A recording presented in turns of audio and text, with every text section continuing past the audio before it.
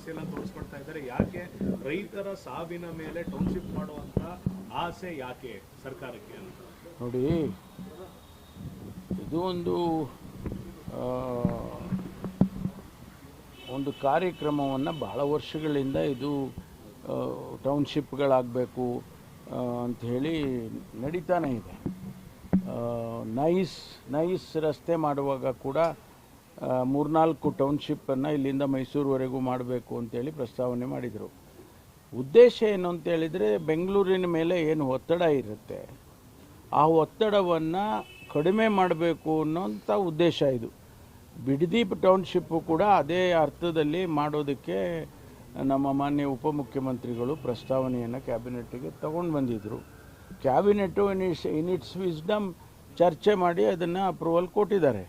ಅದಕ್ಕೆ ಯಾವ ರೀತಿ ಹಣ ಒದಗಿಸ್ಬೇಕು, ಯಾವ ರೀತಿ ಅದನ್ನು ಲ್ಯಾಂಡನ್ನು ಅಕ್ವೈರ್ ಮಾಡಬೇಕು, 2006 ಅವರು ಫಸ್ಟ್ ನೋಟಿಫಿಕೇಷನ್ ಆಗಿದೆ.